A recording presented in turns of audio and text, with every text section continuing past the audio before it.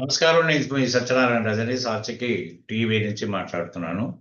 చూసారా, పెరుగుతోంది పెరుగుతోంది, మనం కొనలేం అని బాధపడ్డ వాళ్ళందరికీ ఏకదమున 30th జనవరి అంటే ఈ మంత్ ఎండింగ్ ఒక్క రోజు ముందు అంటే బడ్జెట్ ఇంకా ఎల్లుండి ప్రవేశపెడతారనగా డౌన్‌వర్డ్ మొదలుపెట్టింది. మొదలుపెట్టిన తర్వాత వీళ్ళు అంత అయిపోద్ది, ఇంత అయిపోద్ది, 2,00,000 అయిపోద్ది, 5,00,000 అయిపోద్దని చేసిన జోస్యాలన్నీ కూడా ఉల్టా అవ్వటం మొదలుపెట్టినాయి. అసలు నెమ్మది నెమ్మదిగా తగ్గుకుంటా వచ్చినాయి. ఆ తగ్గుదలను కూడా భయంకరమైన ఫిగర్స్ తోటి చెప్పుకోవడం. ఒకళ్ళు ఏమంటారంటే 50,000కే బంగారం దొరకబోతుంది. రేపు ఆదివారం రేట్ ఎంత ఉంటుందో తెలుసా అని మాటలతోటి ఇక ఎవరిని ఊపిరి ఆడకుండా చేశారు. సామాన్యుడు బెదిరిపోయేటట్టు చేశారు. ఇది సామాన్యుల కోసం పెరుగుదల, తగ్గుదల కాదండి. మీరు ఇప్పటికైనా అర్థం చేసుకోవాల్సింది ఏంటంటే, మీ అమాయకత్వం ఇంకా ఇంకా పెంచుకునే ప్రయత్నం మాత్రం చేయకండి. ఇవాళైనా మీరు కొనుక్కోవాలంటే తగ్గినప్పుడు కొనుక్కోండి. రేపొద్దున పిల్లల పెళ్లి పేరంటాల కోసం అవసరం అంటూ కొనుక్కోండి.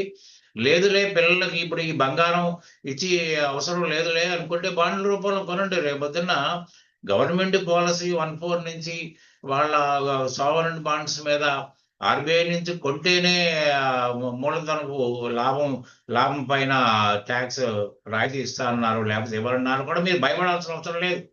రేపొద్దున ఆ డబ్బులు ఏదైనా సపోజ్ ఏదైనా భూములు, భవనాలు కొనుక్కుంటే అయితే దాంట్లోంచి పొందొచ్చు. మీరు దాని గురించి ఫికర్ పడి ఏదో మీరు ఇన్వెస్టర్స్ కాదండి. మీరు బాగా డబ్బులు మూలుగుతున్న మనుషులు కాదు.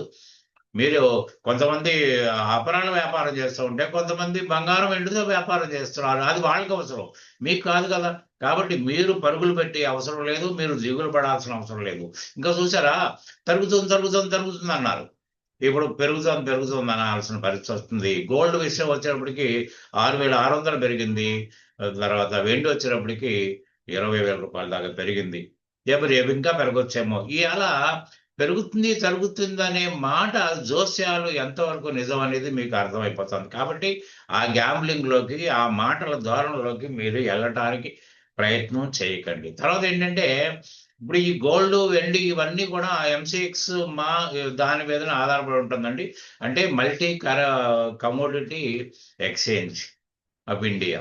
అయితే ఏంటంటే, ఇప్పుడు మామూలుగా ఈ షేర్లు వచ్చినప్పటికి బాంబే స్టాక్ ఎక్స్‌చేంజ్ అయితే ఇది, తర్వాత వెండి గాని, బంగారం గాని, లేకపోతే గ్యాస్ గాని, ఈ పెట్రోలియం గాని ఇవన్నీ కూడా అది నిర్ణయిస్తుందండి. మార్కెట్ ధర నిర్ణయించేది అది. కాబట్టి ఆ విధంగా ఉంటుంది. ఆ మార్కెట్ గురించి, ఆ ట్రెండ్ గురించి కూడా మీకు అవసరం లేదు.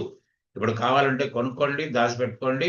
రేపొద్దున ఆ అమ్మాయి పెళ్ళికి సక్రమంగా మీరు అనుకున్న వాగ్దానం ప్రకారం నిలబడుతుంది. తగ్గింది కాబట్టి. ఇప్పుడు ఇంకోటేంటంటే, ఇవాళ ఇన్వెస్టర్లు పెంచి పోషించారు.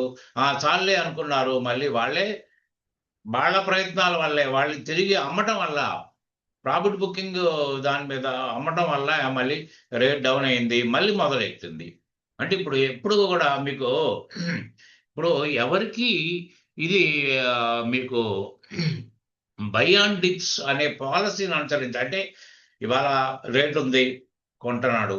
రేపు రేట్ డౌన్ అయింది, కొంటాడు. మళ్ళీ రేపు ఎల్లుండి పెరిగినా కొంటాడు. అంటే రోజువారీ కొనుగోలు వల్ల ఏంటంటే యావరేజ్ అవుతుంది. తగ్గినా పెరిగినా కూడా యావరేజ్ అవుతుంది. ఆ యావరేజ్‌ని వర్కౌట్ చేసుకొని అమ్ముకున్నాడు అనుకో రూ. 4 వస్తుంది. అరే ఇప్పుడు కొంటే మనకు ఇంకో రూ. 10 వస్తుంది. విపరీతంగా పెరిగిపోతుందని ధ్యాసలో ఉండి కొన్నవాళ్ళు ఎవరైతే ఉన్నారో వాళ్ళు ఇబ్బంది పడ్డారండి. బాగా లాస్‌లో వచ్చిన సందర్భం కూడా మనకు గోచరిస్తుంది. తర్వాత ఏంటంటే, ఇవాళ అంతర్జాతీయ మార్కెట్ నిపుణులు ఏం చెప్తున్నారంటే, ఇది పెరిగే అవకాశమే ఉంది. తరిగే అవకాశం లేదు.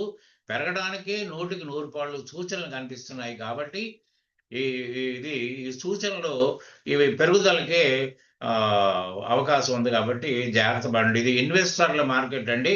మీరు దీని గురించి బంగారం, వెండి గురించి దిగులు పడి ఇంకో రకంగా అయిపోకుండా ఉండాలని ఈరోజు ఈ ఈ బులెటిన్‌లో నేను మీకు అందిస్తూ సెలవు తీసుకుంటున్నాను. నమస్తే.